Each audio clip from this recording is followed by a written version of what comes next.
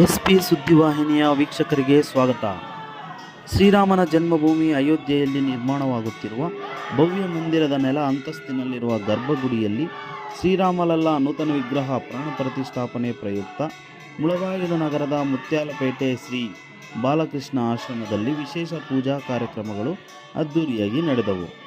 ಈ ನಿಮಿತ್ತ ಅಭಿಷೇಕ, ಶ್ರೀರಾಮ ತಾರಕ ಯಜ್ಞ, ಶ್ರೀರಾಮನ ಭಜನೆ, ಅಯೋಧ್ಯೆ ಶ್ರೀರಾಮನ ಪ್ರಾಣ ಪ್ರತಿಷ್ಠಾಪನೆಯ ನೇರ ಪ್ರಸಾರ, ಭಕ್ತಾದಿಗಳಿಗೆ ತೀರ್ಥ ಪ್ರಸಾದ ವಿನಿಯೋಗ ಹಮ್ಮಿಕೊಳ್ಳಲಾಗಿತ್ತು.